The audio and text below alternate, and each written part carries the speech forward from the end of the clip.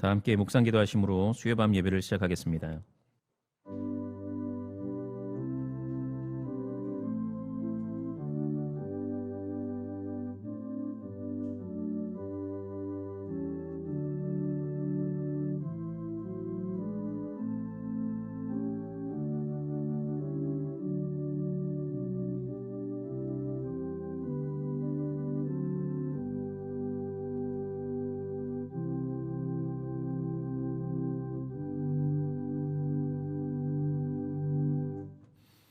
다 함께 찬송가 429장을 부르시겠습니다.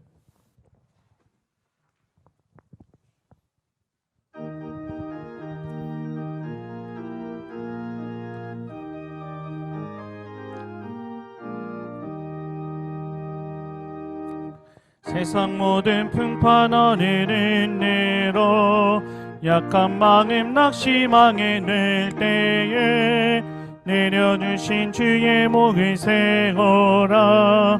주의 크신 복을 내가 알리라. 받은 복을 세어 모아라. 크신 복을 내가 알리라. 받은 복을 세어 모아라. 주의 크신 복을 내가 알리라. 세상 근심 걱정 너를 누르고 십자가를 등에 지고 나갈 때 주가 내게 주신 목을 세워라. 두려움 없이 항상 찬송하리라. 받은 복을 세어 모아라. 크신 복을 내가 알리라. 받은 복을 세어 모아라. 주의 크신 복을 내가 알리라. 세상 권세 너의 앞길 막을 때 주만 믿고 낙심하지 말아라. 전사들이 너를 모하리니 염려 없이 앞만 보고 나가라. 받은 복을 세어 보아라. 크신 복을 내가 알리라. 받은 복을 세어 모아라. 주의 크신 복을 내가 알리라. 기도하겠습니다. 온 세상을 창조하시고 지금 이 순간에도 당신의 주권과 지혜와 능력 가운데 그 온 세상을 다스리고 계시는 하늘의 하나님께 모든 찬양과 경배와 영광을 올려드립니다. 또한 코로나19로 인해 온 세상이 두려워 떨고 있는 가운데서도 경행의 모든 성도님들을 지금까지 안전히 지켜주시고 무엇보다도 당신을 신뢰하고 의지하며 소망하는 믿음을 날로 더해주시는 가운데 경행의 강단에서 선포되는 말씀을 통해 세상이 알 수 없는 참 위로와 평안을 얻게 하시고 게으르고 나태했던 우리의 연약한 믿음을 다시금 온전히 세워주시며 우리의 참 소망이 오직 하나님께만 있음을 다시금 깨닫게 하시니 참으로 감사합니다. 바로 없기는 우한폐렴이 언제 종식될지 모르는 이 상황 속에서 끝까지 경행의 성도님들을 눈동자와 같이 안전히 지켜주시고 무엇보다도 이들에게 성령의 충만함을 덧입혀 주셔서 이 모든 시험을 넉넉히 이겨내게 하시고 더욱 정금과 같이 연단됨으로 하나님의 위대한 구속운동에 더욱 크게 쓰임받을 수 있도록 인도하여 주옵소서. 그런 가운데서도 이 사태로 인해 괴로운 현실을 살아가고 있는 경행의 모든 성도님들을 권념해 주시기를 원합니다. 경제활동의 제한과 위축으로 인해 일거리가 줄어들고 매출이 줄어들고 있습니다. 어떤 이는 아예 일자리까지 잃어 생계 유지와 자녀 양육 그리고 알 수 없는 미래에 대한 근심 걱정으로 탄식하고 있고 또 어떤 이는 육아의 부담으로 인해 육신이 지쳐가고 있습니다. 또한 경행의 자녀들은 학업의 기회를 박탈당한 채 아직도 오리무중인 정부의 방침으로 인해 혼란스러워하고 있습니다. 그리고 무엇보다도 그것으로 인해 경행의 모든 성도님들이 예배당에 함께 모여 예배드리지 못하고 지체와의 교제를 나누지 못하고 있습니다. 하늘의 하나님께서 골방에서 올려드리는 우리의 신음과 탄식 소리를 들어 응답해 주셔서 이들에게 매일의 일용할 만나와 메추라리를 내려주시고 땀 흘려 일할 수 있는 여건과 환경을 활짝 열어주시고 자녀를 믿음으로 잘 양육할 수 있는 힘과 지혜를 더해 주시며 무엇보다도 이 사태가 속히 종식되어 함께 모여 예배하고 지체 간의 사랑의 교제를 나누는 그 성도의 특권을 충만히 누릴 수 있도록 인도하여 주옵소서. 하지만 그런 가운데 이들에게 큰 믿음을 더해 주셔서 홍무화과 나무가 무성하지 못하며 포도나무에 열매가 없으며 감람나무에 소출이 없으며 밭에 먹을 것이 없으며 우리의 양이 없으며 외양간에 소가 없는 절망적인 상황이 계속된다고 할지라도 나는 여호와로 말미암아 즐거워하며 나의 구원의 하나님으로 말미암아 기뻐하리로다 라는 믿음의 고백을 끝까지 올려드리므로 당신께 영광을 올려드릴 수 있도록 인도하여 주옵소서. 아울러 정부의 모든 위정자들에게 바른 분별력과 지혜를 허락해 주셔서 위로는 살아계신 하나님을 두려워하는 가운데 더 이상 그저 표를 얻기 위한 정치, 권력을 유지하기 위한 정치, 눈속임만 하는 정치가 아니라 진정 나라를 공평과 정의로 다스리고 백성들의 삶을 돌아보며 그들의 눈물을 닦아주며 교회를 보호하는 하나님의 대리자로서의 본연의 역할을 잘 감당할 수 있도록 인도하여 주옵소서. 특별히 지금 이 시간에도 코로나 바이러스의 위험을 무릅쓰고 환자들을 돌보고 있는 모든 의료진들에게 건강을 더해 주시고 의술을 잘 발휘할 수 있도록 인도해 주셔서 더 이상의 사상자가 발생되지 않을 수 있도록 은혜를 내려 주옵소서. 주님, 이 시간 현실에 지쳐 괴로워하고 삶의 목적을 잃어버린 채 방황하고 있던 우리를 당신의 존존으로 나오게 하셔서 진리의 말씀, 생명의 말씀을 받아먹게 하시니 참 감사합니다. 비록 각자의 집에서 작은 화면으로 드리는 예배이지만 우리의 예배를 기뻐 받아주시고 무엇보다도 우리의 마음을 강하게 붙잡아 주셔서 우리의 예배를 받기에 합당하신 영광의 하나님께 마음과 정성과 뜻과 힘을 다해 예배하게 하시고 선포되는 당신의 말씀과 당신의 임마누엘의 약속을 의지하여 남은 한 주간 동안 각자의 자리에서 거룩한 산 제사로서의 삶을 힘차게 살아갈 수 있도록 인도하여 주옵소서. 이 시간 세우신 정원재 목사님을 강하게 붙잡아 주셔서 목사님을 통해 선포되는 말씀을 통해 우리 모두가 큰 은혜 받고 결단하는 복된 시간이 될 수 있도록 인도하여 주옵소서. 감사드리며 예수님의 이름으로 기도드립니다. 아멘.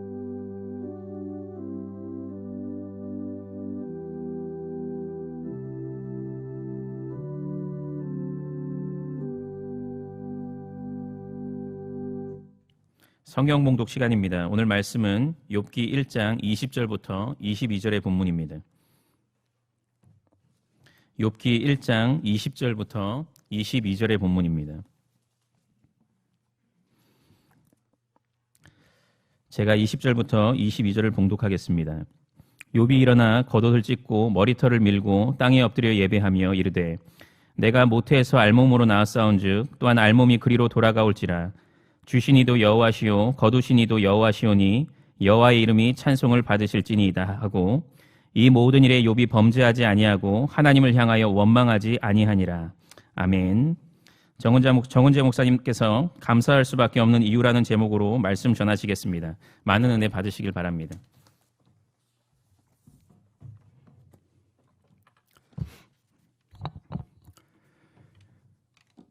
중국에서 시작된 코로나19가 이제 아시아를 넘어 전 세계에 전염되면서 본의 아니게 주목받은 나라가 있는데 바로 우리나라입니다. 특별히 BBC를 비롯한 공신력이 높은 여러 방송국에서 그야말로 극찬하는 도시가 바로 우리나라의 대구인데 혹시 들어보신 적 있으십니까? 대구는 그 도시의 비율에 비해 확진자 수가 굉장히 압도적으로 높음에도 불구하고 그곳에는 폭동은 고사하고 어떠한 불길함과 불안함이 감지될 뿐만 아닌 그야말로 차분한 분위기에 외신들이 많이 놀라고 있다고 합니다. 이미 중국의 우한을 비롯하여 전국 봉쇄령을 내린 이탈리아까지 그야말로 폭동에 가까운 시민들의 형태를 지독히 겪었던 터라 더더욱 대구의 이 성숙한 시민의식과 의료진에 대해 놀라움을 감추지 못하고 있습니다. 실제로 WHO가 밝힌 이 코로나19 시사율은 3.4에 이르지만 한국은 0.7%밖에 되지 않아 좋은 결과까지 내고 있으니 이제 주목을 넘어 여러 나라에서 한국의 도움의 손길을 바라는 그러한 요청까지도 속속히 생겨나고 있는 것입니다. 그렇다면 대구가 이렇게 차분함을 유지할 수 있는 이유가 무엇이겠습니까? 두말할 것도 없는 시민들이 의료진에 대한 믿음이 있기 때문입니다. 이미 여러 차례 뉴스에서 보도됐다시피 그야말로 의료진으로서는 열악한 환경, 수술복이 없어 수차례 재활용할 만큼 그야말로 입을 것이 없고 먹을 밥이 없어 김치 한두 쪽으로 식사를 하며 24시간 동안 쉴 새 없이 치료에 전념하고 연구하는 의료진의 모습은 그들에게 재난이라는 큰 환경적 실현에도 불구하고 흔들림이 없는, 아니 그 이상의 감사함을 느끼기에는 부족함이 없었던 것입니다. 그러니 다른 나라에서 사직이나 통제를 따르지 않고 도망가고 온갖 불평과 불만을 쏟아내는 이 시위하는 집단적 이기주의의 모습이 아닌 감사를 인해 차분하여 대처하는 모범적인 시민의 모습을 통하여 전 세계를 보여주던 것입니다. 환경에 따라 감사의 유무가 영향을 받는 것은 지극히 당연합니다. 좋은 환경 속에 있으면 절로 감사가 나오겠지만 그렇지 못한 상황, 즉 재난이나 재해를 당하는 사람의 입에서는 감사가 나오기보다는 도대체 왜 나에게 이런 일이라는 탄식과 함께 불평과 불망, 더 나아가 원망이 나오는 것은 아주 자연스러운 것, 그것이 바로 이 세상 법칙 아니겠습니까? 그러나 때로 특정 대상의 믿음은 그야말로 대구의 모습과 같이 감사로 격상될 수도 있다는 것입니다. 오늘 본문에도 이 세상 법칙에 따라 사는 사람이라면 정말 이해할래야 이해할 수 없는 한 인물이 나오는데 바로 여러분이 잘 알고 계시는 욥입니다. 그는 지금 우리가 겪는 이런 사태보다도 더 충격적인 재앙을 당하지만 그는 불평과 불만과 원망이 아닌 그저 입을 다물고 조용히 참는 정도로 그치는 것이 아니라 오히려 하나님 앞에 감사하는 모습을 굳건하게 보여주셨으니 실로 놀라지 않을 수가 없습니다. 저는 이 시간 욥의 감사의 고백을 통하여 진정 하나님을 섬기는 성도라면 어떤 상황 속에도 그 입에 감사가 나올 수밖에 없는 이유가 무엇인지를 함께 살펴보고자 합니다. 하나님을 섬기는 성도는 어떤 상황 속에서도 오직 하나님의 절대 주권의 신앙으로 감사할 수밖에 없습니다. 우리 20절부터 22절까지 다시 한번 합독하겠습니다. 욥이 일어나 겉옷을 찢고 머리털을 밀고 땅에 엎드려 예배하며 이르되 내가 모태에서 알몸으로 나왔사온즉 또한 알몸이 그리로 돌아가올지나 주시니도 여호와시요 거두시니도 여호와시오니 여호와 이름이 찬송을 받을지어다 하고 오직 이 모든 일에 욥이 범죄하지 아니하고 하나님을 향하여 원망하지 아니하니라. 아멘. 욥이란 인물에 대해 성경은 그를 의인으로 묘사했습니다.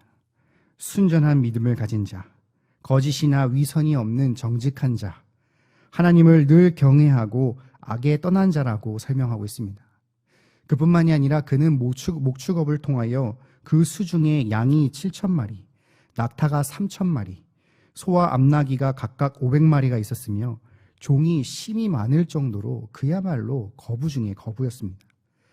그는 자식이 아들이 7명, 딸이 3명일 만큼 이 10남매를 슬하에 두었습니다. 자녀들은 어찌나 우애가 좋은지 스스로 항상 잔치를 벌여 그들의 우애를 쌓아갔으며 그 잔치를 벌일 때조차도 번제를 먼저 드림으로써 하나님을 섬기는 그야말로 오늘날로 따지면 사업이 번창하여 가족이 화목한 가장 모범이 되는 복된 성도의 가정과 다를 바가 없었습니다. 그런 그에게 실로 엄청난 재앙이 연속적으로 닥치기 시작하는데 먼저 스바 사람이 나귀를 빼앗고 종들이 떼죽음을 당했다라는 첫 번째 비보가 나왔습니다. 그리고 그 첫 번째 비보가 끝나기도 전에 두 번째 비보는 하늘에 불이 내려 양과 그 양을 먹이는 종들이 다 태워 죽어버린 것입니다. 바로 이어 세 번째 비보가 갈대아 사람들이 낙타를 빼앗고 종들을 죽였다 하면 이제는 더 나아가 네 번째 비보가 태풍이 맏형의 집을 덮쳐 무너지는 바람에 그 안에 있는 모든 자식들이 다 몰살당했다라는 비보를 들었던 것입니다. 네 번이나 연속되는 비보는 욥의 재산을 하나씩 가져가 그를 그야말로 완전 거지로 만들었을 뿐만 아니라 이제는 설상가상 한낮 한시에 10명의 자녀를 다 잃어버리는 그야말로 큰 비극으로 다가왔습니다. 그러니 욥이 할 수 있는 행동이란 것은 무엇이겠습니까? 그는 즉시 일어나 겉옷을 찢고 머리털을 밀었다라고 했는데 이는 고대 사회의 극심한 슬픔이나 격렬한 감정을 나타내며 크게 애통하는 슬픔을 표시했던 당시 메소포타미아나 또는 가나안 등의 근동지방에 행했던 관습이었습니다. 자신에게 닥친 그야말로 크나큰 재앙은 큰 시험이라고 말하기에도 부족할 정도로 실로 극한의 고통을 느끼는 재앙과도 같았으며 이는 욥뿐만이 아니라 이러한 실험을 받는 사람이라면 그 누구라도 다 욥과 같은 행동을 할 수밖에 없었습니다. 그런데 놀라운 것은 바로 그 뒤에 욥이 한 행동이었습니다. 여러분, 보통 사람이라면 이렇게 슬픔을 표시한 다음에 행해야 할 다음 행동의 단계가 무엇이겠습니까? 바로 분노입니다. 도대체 내가 무엇을 그렇게 잘못했다고 나에게 이러한 연속적인 불행이 나에게 오는가라는 극심한 분노를 일으킨 것이 통상적으로 사람들이 느끼는 감정입니다. 믿든지 믿지 아니하든지 아무 신이나 원망하고 저주하며 그야말로 남 탓으로 돌리는 것이 가장 사람이 할 수 있는 최선의 방어책인 단계입니다. 그런데 그가 했던 행동은 다름 아닌 땅에 엎드려 경배했던 것입니다.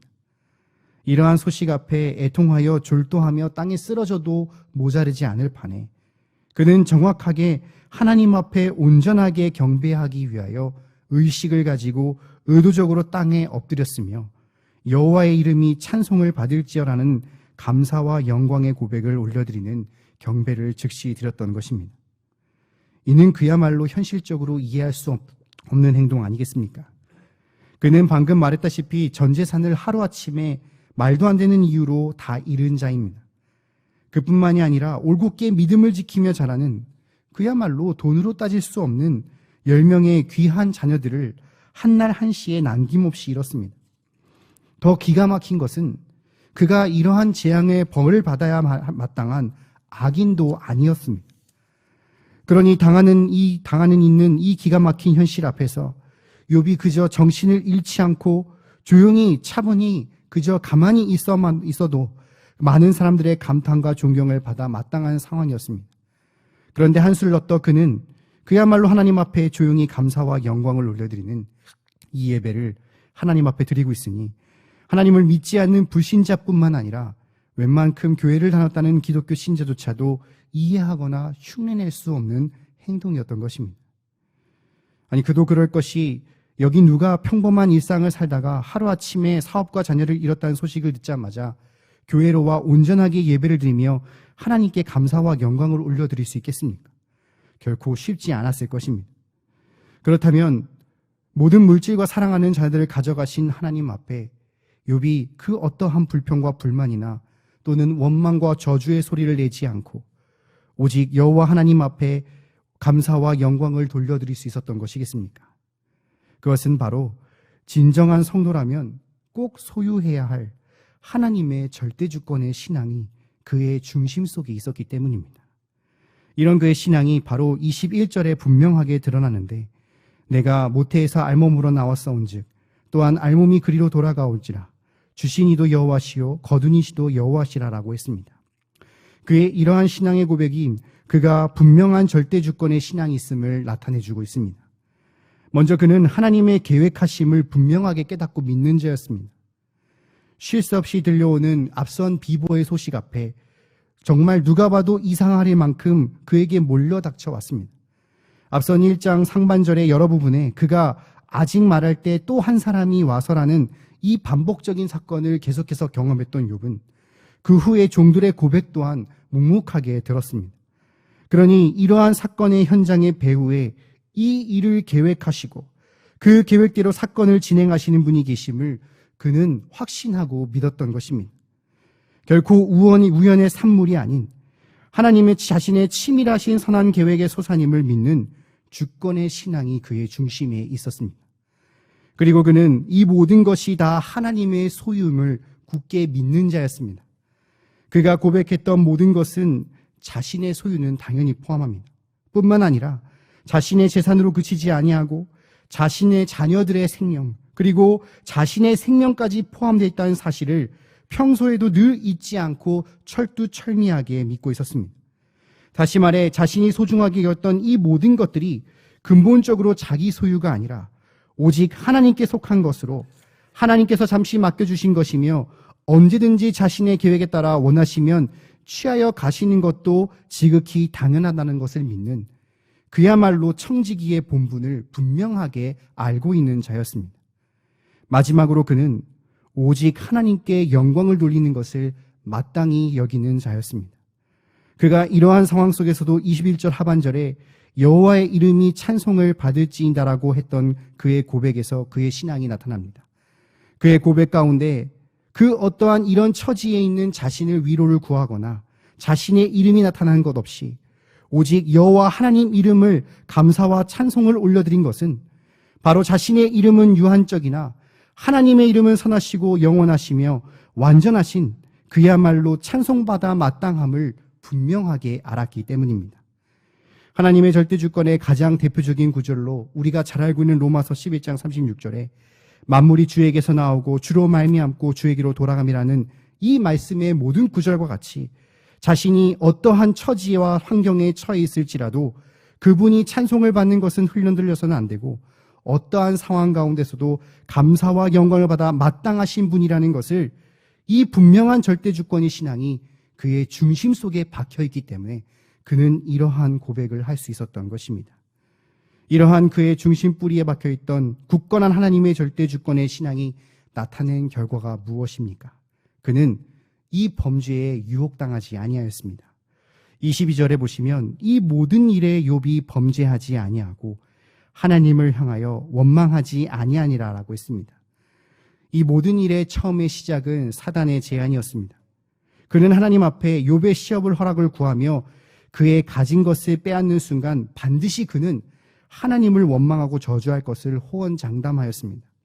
그리고 실제로 후에 욥에 가장 가까웠던 그의 부인이 똑같은 일을 경험하며 그 저주하고 원망하는 반응을 보이지 않았습니까? 말씀에 굳이 범죄와 원망을 대조한 것은 그만큼 하나님을 원망하는 것이 얼마나 큰 죄임을 강조하고 있는 것입니다.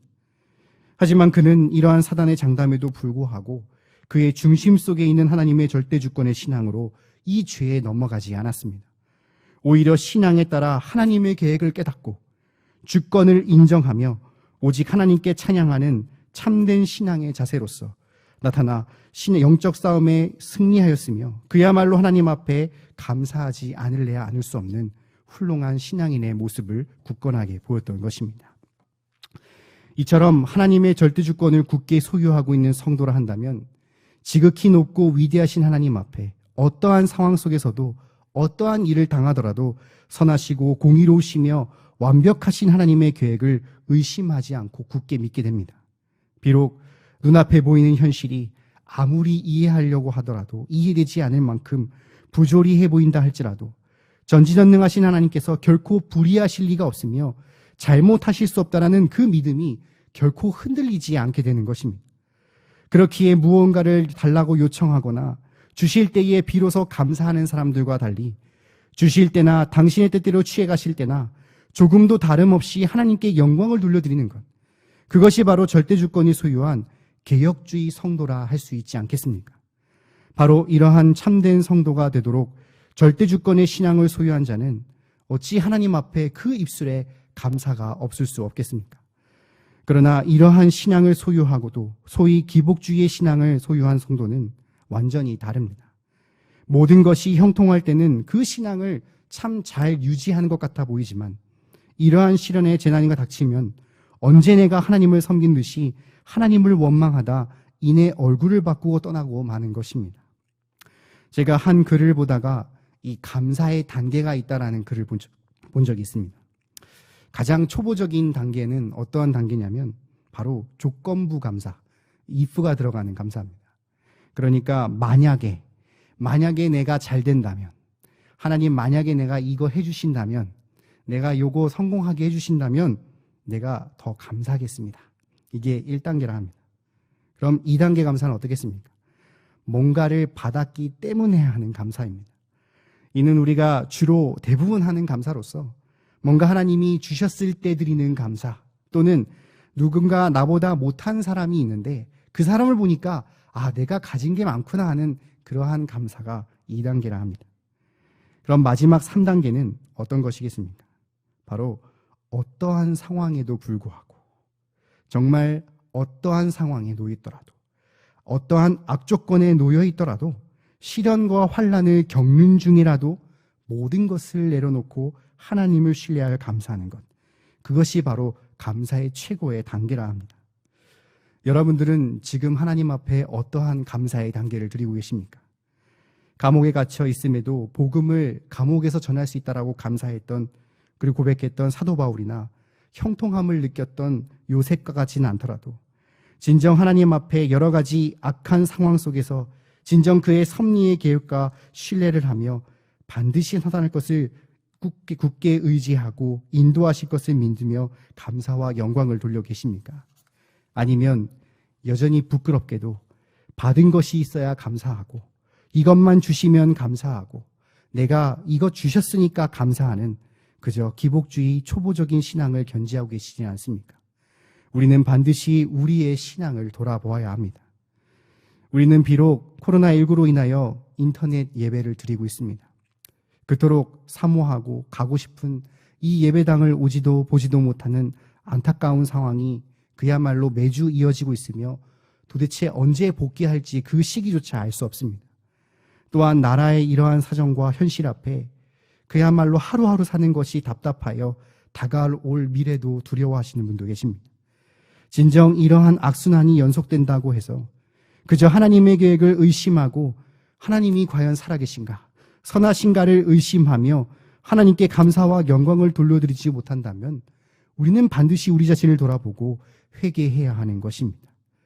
여러분, 이런 가운데서도 우리가 인터넷으로 이 귀한 매체로 발전시켜 주셔서 아무런 문제 없이 단지 예배 형태만 달라져 드리고 있다는 사실이 얼마나 감사합니까? 이번 기회를 통해 내가 얼마나 교회를 사랑했는지를 깨닫고 내가 이 성전을 얼마나 소홀히 여겼는지를 깨달으며 그야말로 이 주님의 몸된 교회를 귀하고 중하게 여길 것을 결단하는 것이 얼마나 감사합니까? 이런 일에 정말 경제적인 부분에 많은 타격이 있지만 정말 그야말로 나를 먹이시고 입히시는 하나님이시라는 것을 굳게 고백하며 오직 하나님을 의지하게 하고 부족했던 가족과의 시간을 보내는 것이 얼마나 감사합니까? 이러한 일들을 통해 만천하의 이단들의 형태가 드러나고 그야말로 하나씩 하나님의 섭리에 따라 정리하시는 것이 그야말로 얼마나 감사합니까? 비록 우리가 이러한 코로나19로 인한 재난만 본다면 하나님 왜 예배조차 성전에 드리기 힘든 일을 우리에게 주셨습니까? 라는 의문이 가득하겠지만 절대주권의 신앙으로 바라본다면 그럼에도 불구하고 우리의 입술에는 그야말로 감사의 제목이 넘쳐나야 하는 것입니다. 우리에게 결코 이해할 수 없는 재난과 환난이 연속으로 다가오는 어떤 상황이라 할지라도 오직 이 세상 모든 것을 당신의 선한 뜻으로 인도하실 하나님의 계획을 의심치 않고 오직 모든 것이 그분의 것임을 인정하며 그분께 영광 돌리는 고백, 이 절대주권의 신앙을 소유하심으로써 늘 입술에 불평과 원망의 죄가 아닌 감사의 제목이 흘러넘치시는 경향의 성도님 되시기를 주님의 이름으로 바랍니다. 사랑하는 경향의 성도 여러분,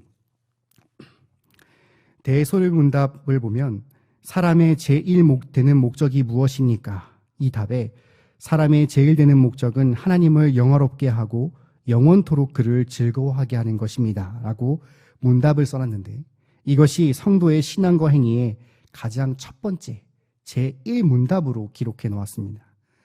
이는 그야말로 당시에 이 수없이 많은 사람은 왜 존재하고 왜 살아가는가라는 이 철학적 질문 앞에, 이 근본적인 질문 앞에 성경을 통해 아주 일목요연하게 정리하여 후대의 신앙의 원리를 정해준 그야말로 종교개혁가들과 청교도 선배들이 있었기 때문입니다. 우리들은 그야말로 하나님께 영광을 돌리기 위한 목적으로 살아가는 존재들 아닙니까? 그러니 당연히 우리는 하나님의 아름다운 피조를 보며 그분을 찬양하고 베풀어 주신 구원의 은총에 감격하며 무한한 영광과 감사를 드리는 것이 우리의 가장 큰 기능입니다. 비록 우리에게 죄가 들어와 잠시 잠깐 그 기능을 발휘하지는 못했지만 이제 예수 그리스도의 믿음으로써 구원받은 성도라 한다면 이처럼 어떠한 역경과 환난과 힘듦에도 불구하고 그야말로 무조건적으로 반사적으로 하나님께 찬양과 감사와 영광을 드려야 하는 것 아니겠습니까? 그럼에도 오늘날 소위 교회 좀 다닌다라는 교인들조차도 이 사람의 제일의 목적을 그저 평안할 때만 누리다가 조금의 시험과 환난이 다가게 되면 까먹고 잊어버리는 경우를 우리는 너무나 많이 보고 있습니다. 결국 재난과 환난은 성도가 절대주권의 신앙을 소유했는가 소유하지 못했는가, 그 신앙의 진정성이 있는가 없는가를 평가하는 시험으로서 하나님께서는 늘 우리에게 주시는 것 아니겠습니까?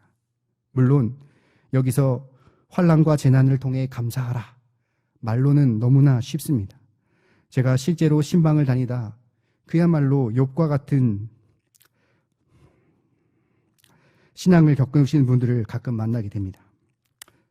그야말로 늘 충성을 다하며 신앙을 지킴에도 사랑하는 자녀를 먼저 보내는 분도 계시고, 정말 순수하게 헌금을 위하여 쉬지 않고 뛰어다니심에도 사업이 기울고 망하는 것을 볼 때면 그야말로 목사임에도 내가 어떻게 위로를 할 수 있을까? 내가 어떻게 저분에게 힘을 줄 수 있을까라는 그저 막막하고 눈에 눈물이 고일 때도 있는 것입니다. 그러나 감사하게도 이런 부족한 저보다도 더 절대주권 신앙을 이미 제가 태어나기 전부터 소유하시고 미리 원로 목사님부터 지금 담임 목사님까지 교육받으신 우리 성도님들께서는 후에 있을 소망을 굳게 믿은 채 추후의 의심도 없이 오히려 내 자녀가 천국 갔으니 감사하다, 나를 더 낫게 하심에 감사하다라는 그러한 모습을 통해 니네 저는 부끄러움을 끼며 힘있게 말씀으로 위로한다는 것입니다.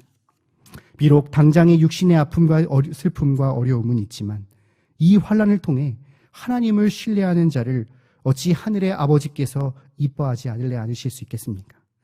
뭔가를 주시면 감사와 영광을 누리겠다라는 어린 나이와 신앙이 아닌 욥의 고백과 같이 주신 이도 여호와시요 취하신 이도 여호와시라는 찬송과 감사하는 자를 어찌 하늘의 아버지께서 가만히 내버려 두시겠습니까? 반드시 그러한 자를 이후에 욥과 같은 축복을 부어주실 것입니다. 순족한 삶이 아닌 역경과 고난이 닥친 재난과 같은 상황, 비록 예배당을 오지 못하고 앞날이 깜깜한 이 상황이 더 악해질지라도 결코 내 입에 하나님을 의심하거나 원망하는 죄를 범하지 마시고 오직 하나님의 절대주권의 신앙을 우리의 중심에 삼아 감사 또 감사, 감사를 언제나 올려드림으로써 하나님의 아버지의 마음에 흡족하게 할 뿐만 아니라 후에 욥과 같은 축복을 충만하게 누리시는 경양의 성도님들 되시기를 주님의 이름으로 축원합니다.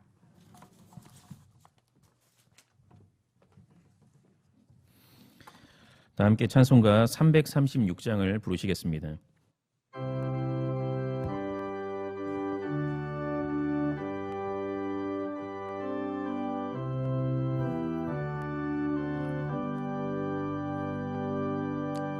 환난과 핍박 중에도 성도는 신앙 지켰네.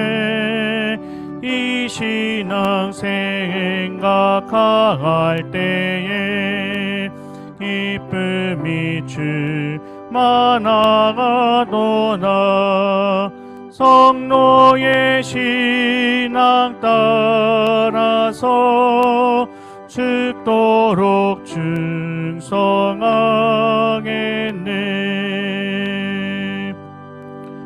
복중의 맹이 성도나 양심은 자유 얻었네. 우리도 고난 받으면 죽어도 영광 내노나. 성도의 신앙 따라서 죽도록 충성하겠네.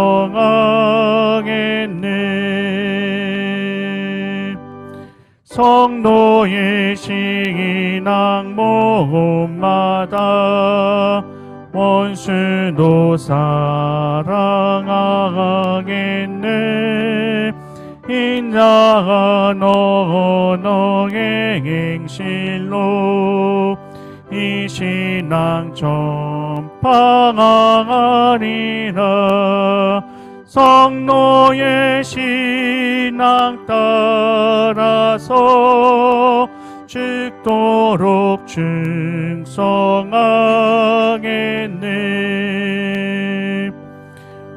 아멘.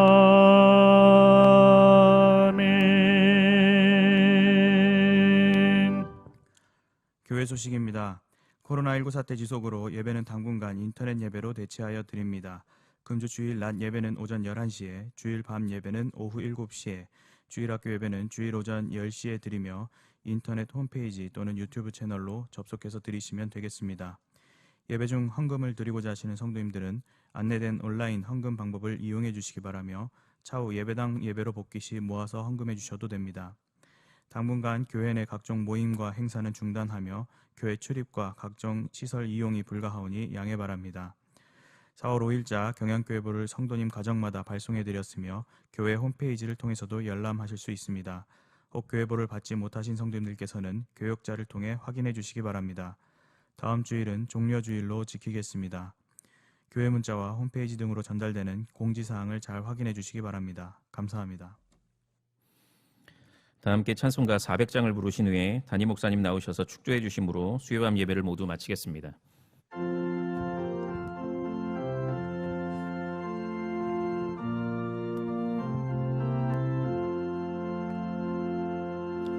험한 시험 물속에서 나를 건져주시고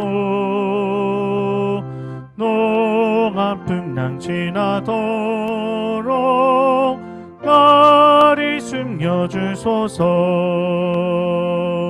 주여 나가를 돌보시기사 오이 품어주시고 험한 풍파 지나도록 나를 숨겨주소서. 본세 능력 무한하사 모든 시험 이기고 풍랑까지 다스리는 주님 앞에 비고니 주여 나가리 돌보시기사 오이 품어주시고 험한 풍파 지나도록 나를 숨겨주소서. 죄악길에 빠진 이몸 캄캄한 내 헤매며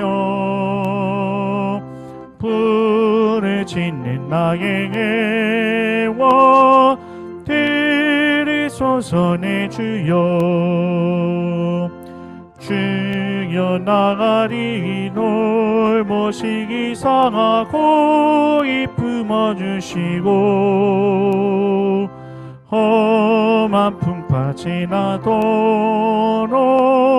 나를 숨겨주소서. 아멘.